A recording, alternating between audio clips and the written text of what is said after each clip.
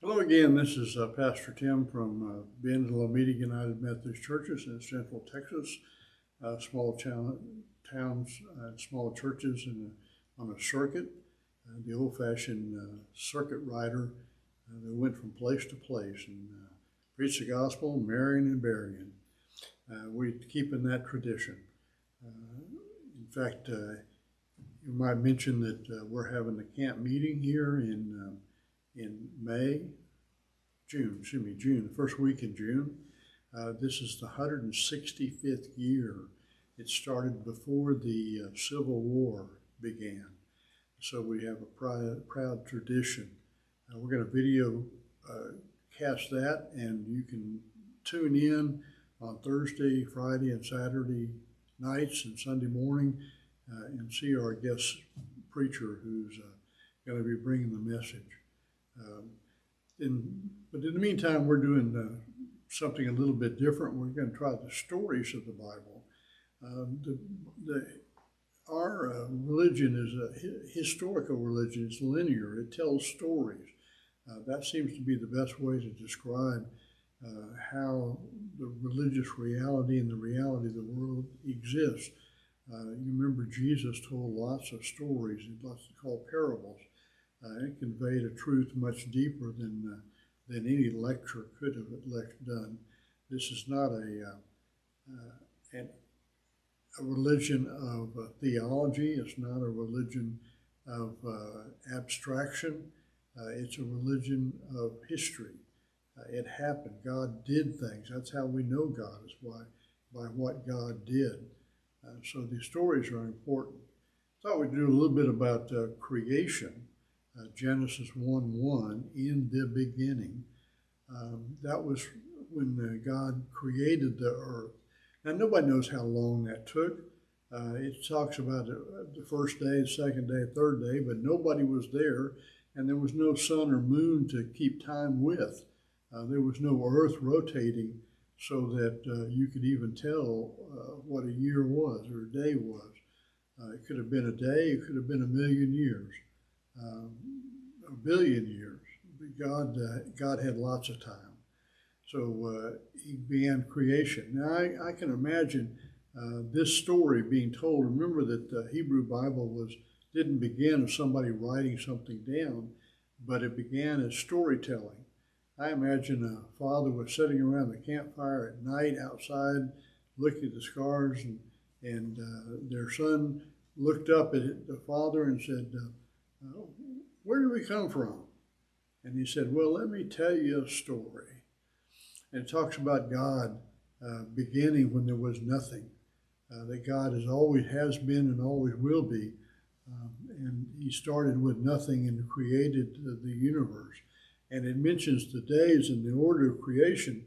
It said, then God said, moved across the face of the waters, this formless void, and he created, he said, let there be light.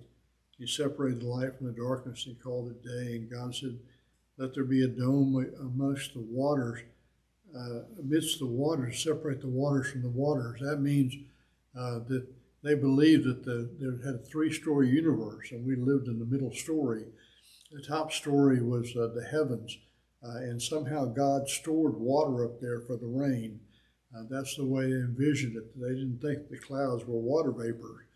They didn't know where the water came from. So they just felt like the waters were above and the waters were below. And he created the earth and made the vegetation come forward. He plants and fruits and all kinds of bare fruits, and then created animals. And then the seasons and the years. And then God said, let the waters bring forth living creatures and the birds of the air. And then God said, among the living creatures, there needs to be a human being, one made in our image. And he created humankind according to our likeness. That's not a Trinity. They had no idea of that at that point. That was the heavenly court, God and the other angelic beings in heaven. let's make God in our image and having dominion over the earth and the animals. So we're not to have dominance, but we're have to shepherd creation, to nurture it, to keep it safe, to keep it in balance. And then he said to multiply, be fruitful and multiply. And the heavens and earth were finished, and God said, on the seventh day, God rested. And so we're to do likewise on one day a week. We're to rest and renew our souls as well as our bodies, to renew relationships with one another, to have a time in which there is no hierarchy, there's no boss and no employee, that everyone is in this together. And it made quite a witness to the people around them who work 7 days a week. They didn't know how human beings get by with and survive without working 7 days, working all the time. But the Jewish people said, we're going to rest. God took a rest. We're going to rest. We're going to count on God to supply our needs. And then in the second chapter, they begin what's a second creation story. It's a little bit different than the first one because God first makes the plants and makes human beings, and then has the plants and the animals, and has Adam.